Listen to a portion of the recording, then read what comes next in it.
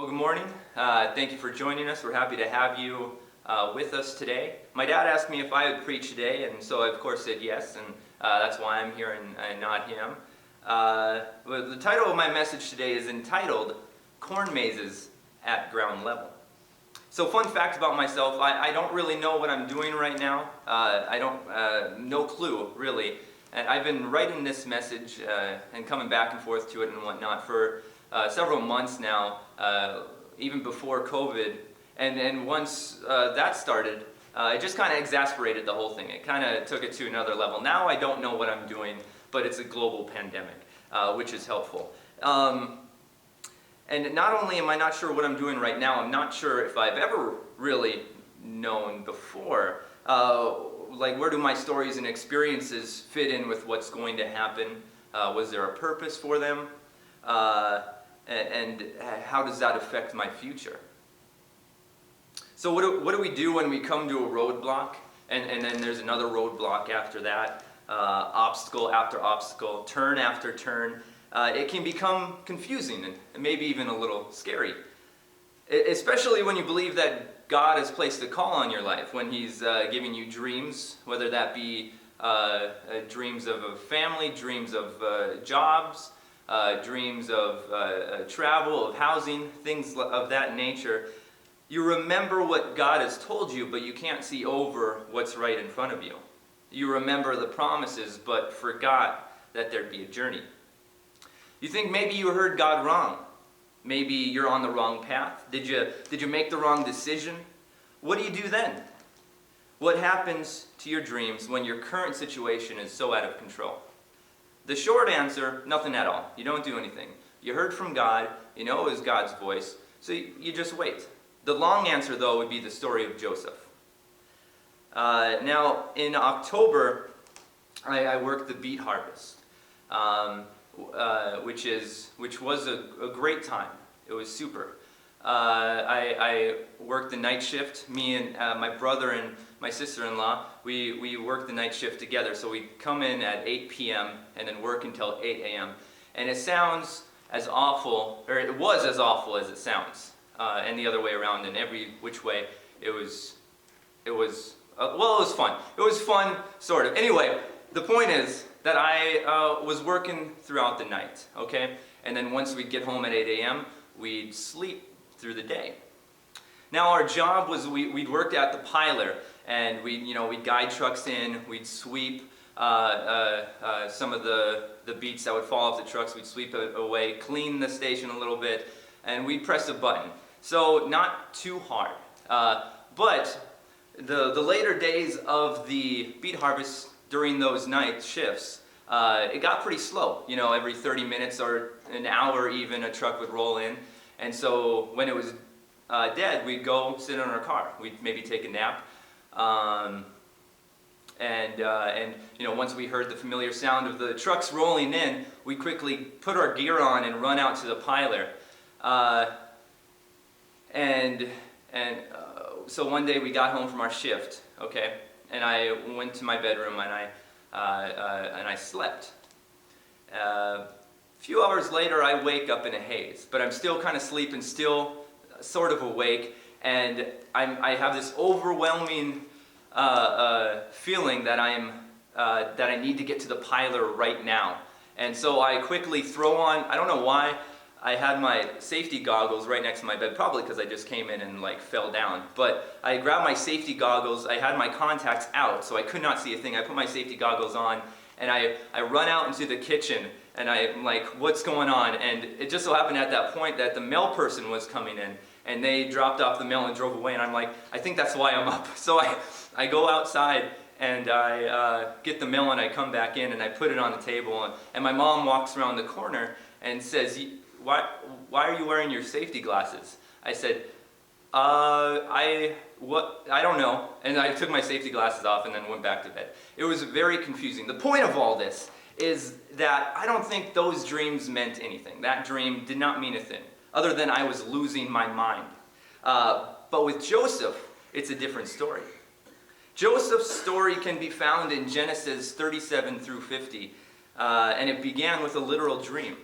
God gave him a dream one night that depicted his brothers and his parents bowing down to him, and later had another dream that signified the same thing.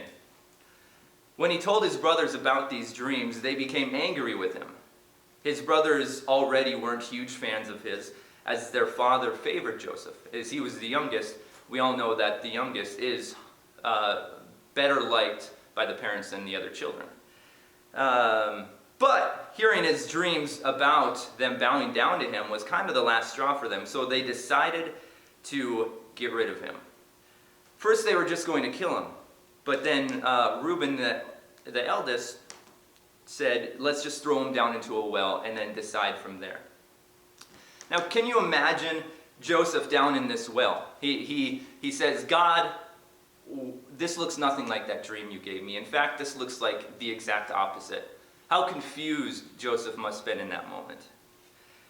They eventually decided to sell Joseph to a group of Ishmaelites that were traveling by, who in turn sold him to a man named Potiphar in Egypt. See, the blessing of God was on Joseph, and Potiphar soon made him his personal servant and put him in charge of the entire house, going immediately from servant to head of house. But that didn't last either. Potiphar's wife tried to sleep with him, tried to seduce him. And we find that in chapter 39, verse 8. It says, but he refused. With me in charge, he told her, my master does not concern himself with anything in the house. Everything he owns he has entrusted to my care. No one is greater in this house than I am. My master has withheld nothing from me except you, because you are his wife. And how then could I do such a wicked thing and sin against God? And though she spoke to Joseph day after day, he refused to go to bed with her or even be with her. So when Joseph refused, she told Potiphar that he tried to get her to sleep with him. When hearing this, Potiphar became very angry and sent him to prison, going from head of house now to prisoner. But soon after getting to prison, the warden liked Joseph so much that he put him in charge of the entire prison, going from prisoner to second only to the warden. Regardless of the actions around you, God's promises will not be denied. When Joseph faced this temptation at the hands of Potiphar's wife, he could have taken the deal. He could have given in to his earthly desires and received earthly rewards. To be in the good graces of a powerful woman probably would have had its benefits, but Joseph knew that earthly rewards wasn't what he was after, nor the adoration of man. So he remained true to God's plan. In much the same way, when Jesus would come to earth, he received a similar temptation. In Matthew 4, we see Satan tempt Jesus, with the reward being exactly what Jesus was after, reclaiming the world for his Father. Jesus could have foregone the crucifixion. He could have sidestepped that pain entirely, but he knew that that wasn't what God's plan was. There were things that had to happen first, and so he too stayed true to God's plan. So Joseph found favor with every person in authority around him, only to be cut down by those below. But Joseph never let go of that dream. And Joseph was not just a talented dreamer, he had a knack for interpreting dreams as well. At one point while in prison, two of the king's officers displeased him, so they were put into the same prison that Joseph was in charge of. One night, both men had a dream that they did not understand. Joseph noticed they were troubled and asked what was wrong. They told him about their dreams. This is found in chapter 40, verse 9. So the chief cupbearer told Joseph his dream. He said to him, in my dream I saw a vine in front of me, and on the vine were 3 branches. As soon as it budded, it blossomed, and its clusters ripened into grapes. Pharaoh's cup was in my hand, and I took the grapes, squeezed them into Pharaoh's cup, and put the cup in his hand. This is what it means, Joseph said to him. The 3 branches are 3 days. Within 3 days, Pharaoh will lift you up and restore you to your position, and you will put Pharaoh's cup in his hand, just as you used to do when you were his cupbearer. When the chief baker saw that Joseph had given a favorable interpretation, he said to Joseph, I too had a dream. On my head were 3 baskets of bread. In the top basket were all kinds of baked goods for Pharaoh, but the birds were eating them out of the basket on my head. This is what it means, Joseph said. The 3 baskets are 3 days. Within 3 days, Pharaoh will lift off your head and hang you on a tree, and the birds will eat away your flesh. Because God was with Joseph, he knew immediately what their dreams meant. And upon telling them the meanings, he told one of them, "When you are free, remember me, but be kind to me, and tell the king about me, so that I can get out of this prison." The chapter ends with both of the dreams coming to fruition, just as Joseph predicted. But it says the officer did not remember Joseph. He forgot all about him. So 2 years go by now, when one night the king had a dream of his own that he could not figure out. He called on magicians and wise men from across the land to help out, but no one could interpret it. It was at this point that the officer remembered Joseph. He says, "Now I remember something that I was supposed to do, but I forgot about." When the king heard about him, he had Joseph come to him. And because God was with him, he interpreted the king's dream. The dream was God warning the king that there would be 7 years of great crops and plenty of food, followed by 7 years of terrible famine. And that during the 7 good years, food should be set aside in droves, so there is plenty of food for the 7 bad years. The king is amazed at the interpretation and can see God is with him. So he puts Joseph in charge of all of Egypt, second only to the king. God honors his promises. At each step of his journey, Joseph encountered roadblocks and dead ends, only for God to step in and open a pathway that he never saw. But even though Joseph couldn't see ahead of him, he always remembered that dream that God had given him. Even as a servant and prisoner, he waited patiently for the next step. A corn maze from the ground is quite confusing, not to mention a little unimpressive. It's just a wall of corn. Unless you like corn, which is fine. I'm sure, corn's great. But it's just a wall of corn. It's not a lot to look at. We don't know where we're headed or how to get to the end. And it's not until looking at it from above where it starts to make a little sense. And you actually start seeing some beauty in it. When you look back, you can see where you came from. You realize why you had to do the things you did to get to where you are. So I don't know what I'm doing right now, but I do know that this is just a fraction of my story at the end. I'll say things like, in my 20s, I lived in Irvine, California for a year and a half. That'll be a sentence like 1/16 of the way through my story at some point. Or, the year I was 25, I accidentally had 6 different jobs. That's a real story. That was an accident. When I was 25, throughout the year, I had 6 different jobs. It was very strange, but it happened, and it'll be just a fun fact that I sprinkle in as I'm telling my story. And it can be confusing. Our stories can be confusing, but getting out of a maze requires patience and it requires trust. I imagine a conversation with God going something like this: "God, are you sure I'm going the right way?" God says, "Yeah." And I say, "Really? Because this turn looked a lot like the last turn." And God says, "Just trust me. It looks great from up here. Just keep going forward, all right?" God will always, always, always honor his promises, whether that be things he's told you personally or things you have read in the Bible. Now back to Joseph real quick here. He's now in charge of all of Egypt. The 7 good years have ended, during which Egypt had stockpiled food and the famine has begun. Hunger quickly spread across the land and reached Joseph's family. So, like many in that region, they came to Joseph to buy food from him. We pick this up in chapter 42, verse 6.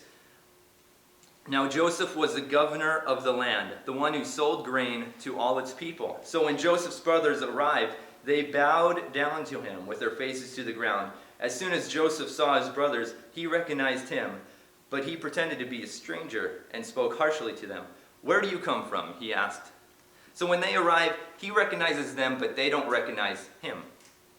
At this point in the story, Joseph begins to be very difficult with his brothers. As you're reading, you may think, why would Joseph do this to his brothers? It comes across as mean and very harsh. He keeps one in prison. He makes him think he's going to enslave Benjamin, the youngest, and even plants a stolen item in one of their bags. But what Joseph was really doing was testing them. He was testing them to see if they had changed, to see if they're different from the people who had thrown him into a well all those years ago and sold him into slavery all those years ago. At one point, Judah comes forward and begs Joseph to take him as a slave so that his brother can go back home to his father Jacob, also known as Israel. Seeing his brother Judah do this, wanting to take the place of his youngest, and knowing what he had done to him earlier, it was then that Joseph couldn't take it anymore, and he broke down in tears. We see that in chapter 45. Joseph then reveals to them that he is the brother that they had sold into slavery. They become terrified of Joseph out of fear of retaliation. But in verses 5 through 8, Joseph says to them, "Now don't be worried or angry with yourselves because you sold me here. God sent me here ahead of you to save people's lives. God sent me here ahead of you to make sure that you have some descendants left on earth and to keep you alive in an amazing way. It was not you who sent me here, but God." See, Joseph, now at the fruition of his dream, could see what God had done. He now knows that he had to be sold into slavery because that would lead to Potiphar. And he knows that because Potiphar was an officer to the king, so when Joseph was falsely accused, the prison he was put in was the king's prison. So when the king had prisoners of his own, that's where he sent them, which would lead to the king hearing about Joseph, which would lead to Joseph's interpretation, saving Egypt and the surrounding areas. And now that we can look back and we're reading this, we now know why Joseph's family had to survive. Him and his brothers became the 12 tribes of Israel. Judah, Benjamin, Levi. You can read their names there in chapter 49 where Jacob blesses them all. But without their lineage, we wouldn't have people like Paul, Mordecai, Samuel, Samson, Moses, Aaron, John the Baptist, David, Mary, and of course Jesus, all of whom come from one of those 12 tribes. The point is, God sees the whole maze. He knows the end, and even though where you're at looks nothing like the dream you had, once you reach the end, it'll make sense why it didn't. God uses everything for good. See, all the bad in Joseph's life was eventually used for good. Some other examples of this in the Bible: Daniel was thrown into a lion's den. Jonah was swallowed by a whale. Shadrach, Meshach, and Abednego were put in a furnace. Moses was left on a river, discovered and raised by someone else, and then brought Israel out of slavery. Jesus was crucified after he was betrayed by Judas, and God used that to save all of humanity. Now, going back real quick, when Judah tells Joseph that he will stay if his brother Benjamin can go back to his father, he wanted to be the substitution for Benjamin. And out of the tribe of Judah would come Jesus. In much the same way as Judah, Jesus was here on earth and he too put himself in our place. But unlike Judah, the substitution took and an exchange was made. Regardless of the circumstances, Jesus is always working on our behalf. So if you're not sure what to do now or where you're at, do what Joseph did. Be patient, trust God, remember his promises. Even after interpreting the officer's dreams, Joseph had to wait an additional 2 years for that to pay off. But Joseph remained faithful to God, and God remained faithful to Joseph. So in this week of Thanksgiving, let's remember God's faithfulness and be thankful for it. But let's also be thankful that the story isn't over. We're in the middle of it. The world's story isn't over. We're in the middle of it.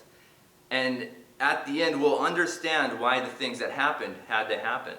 Our plans may have all been canceled, but for God, it's gone all according to plan. It's not over. And we can be encouraged by the fact that God isn't calling your name from the end of the maze. He's talking you through each turn.